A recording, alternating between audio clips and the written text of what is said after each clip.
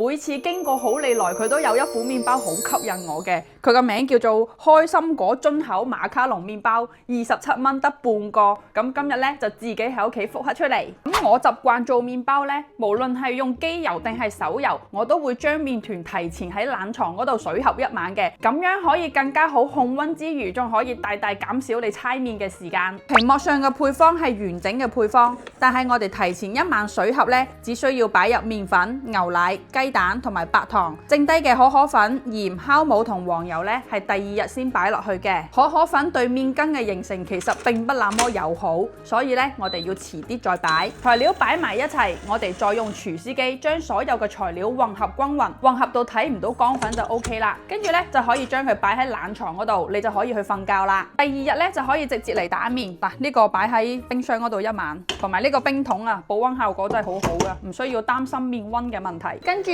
我哋可以直接用廚師機嘅高檔去打麵，一直打到有7、8成嘅膜，就可以擺入其他嘅材料啦。新加入材料嘅混合呢，我哋開低檔去打，等所有材料都混合入麵團度，我哋就可以開翻高速去打麵啦。剩低呢啲材料擺入去呢，我哋最好係用麵團包住佢，咁樣可以防止飛粉之餘，佢仲可以令你減少打麵1到2分鐘嘅時間。打麵團我哋唔睇時間，係睇狀態嘅，一般到呢個狀態呢，都有接近9成膜噶啦。呢個時候咧就可以加入酵母，我用嘅係鮮酵母，如果係乾酵母咧，你就擺3克，一共係用咗唔多夠15分鐘。呢部機速磨係咪真係好快啊？基本上等酵母食晒入麵團度咧，手套膜亦都打出嚟噶啦。呢一個麵包咧就唔需要2次發酵啦，一次就搞掂，所以咧麵包嚟講佢算快手噶啦。將個麵團平均分成2份，每份大概係260克，分別將佢收完，再擺埋一邊，用嘢吸住佢，鬆弛20分鐘。趁麵團鬆弛嗰陣呢，我哋嚟準備一個朱古力醬，用嘅係牛奶朱古力。咁呢度呢係43克嘅，咁其實多啲少啲冇問題啊，只係我費事剩啦，所以就成條用晒。如果冇淡奶油呢，可以用牛奶去代替嘅。用微波爐加熱30秒。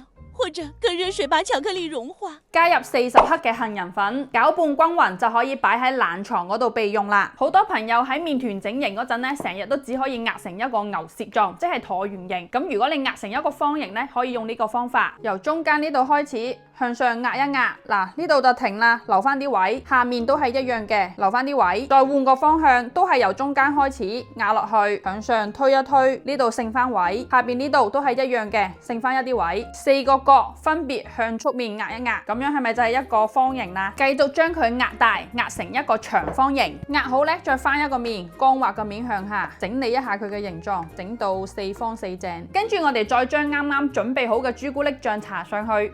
我發現呢一個點塗嘅方式咧係會搽得比較均勻嘅。個尾呢度咧就唔好搽朱古力醬啦，咁樣咧就好收口。同埋咧，我哋將佢壓薄啲，由上面慢慢咁樣捲翻落嚟。呢個收口位記得將佢捏實佢啊。將個麵團撳扁，跟住咧就由中間呢度一開二。其實呢個整形嘅手法咧就係花環麵包嘅整形手法啦。兩條麵團交叉相疊，個尾呢度咧捏實佢。呢邊咧可以攞支棍壓住佢，咁就唔會亂走啦。另外呢頭咧都係一樣嘅。掟好呢條邊咧，就可以將佢圍起身啦。呢個銜接位咧，記得要包實佢喎。整花環嘅麵包咧，其實佢係要嗰種煙囪模具嘅，但我咧就冇，所以咧就用6寸嘅戚風模具再自製一個煙囪。如果屋企有呢啲比較重嘅耐高溫玻璃杯咧，就可以直接用，就咁樣擺喺中間呢一度，或者用個一次性紙杯，入面我裝咗啲薏米，跟住咧再用一層錫紙包住佢。一定要用嘢裝喺個紙杯嗰度壓實佢，唔係嘅話佢陣間一發酵咧，佢就會將個杯頂高噶啦。呢啲薏米烤熟咗咧，陣間仲可以攞嚟煲水飲。跟住咧，我哋就可以攞去發酵啦。我哋要發酵到2倍大，你撳一下佢咧，佢係識回彈嘅，咁就 OK 啦。入烤箱之前咧，再搽翻一層蛋液。烤箱提前預熱好，我哋大概就係200度烤22分鐘。呢一個自製嘅模具實在係太完美啦。等個麵包攤凍到手溫咁上下啦，就可以攞出嚟啦。將個麵包對半切開，跟住喺橫切面嗰度塗翻一層朱古力醬。我就用咗開心果碎，但如果你中意嘅話呢，杏仁片啊或者其他堅果碎都冇問題嘅。裝飾我哋都唔好少，喺個面嗰度再搽翻一層朱古力醬，均勻咁樣灑翻一層朱古力粉。嗱，咁樣係咪真係好似麵包鋪賣嗰啲咁靚啦？呢個麵包嘅復刻程度唔好話100%，我覺得已經無論係從賣相定係味道，佢都已經係接近99噶啦。一啖咬落去係有3重嘅朱古力口感，而且佢淨係用1次發酵，新手非常之友好，真係好食到原地轉圈圈啊！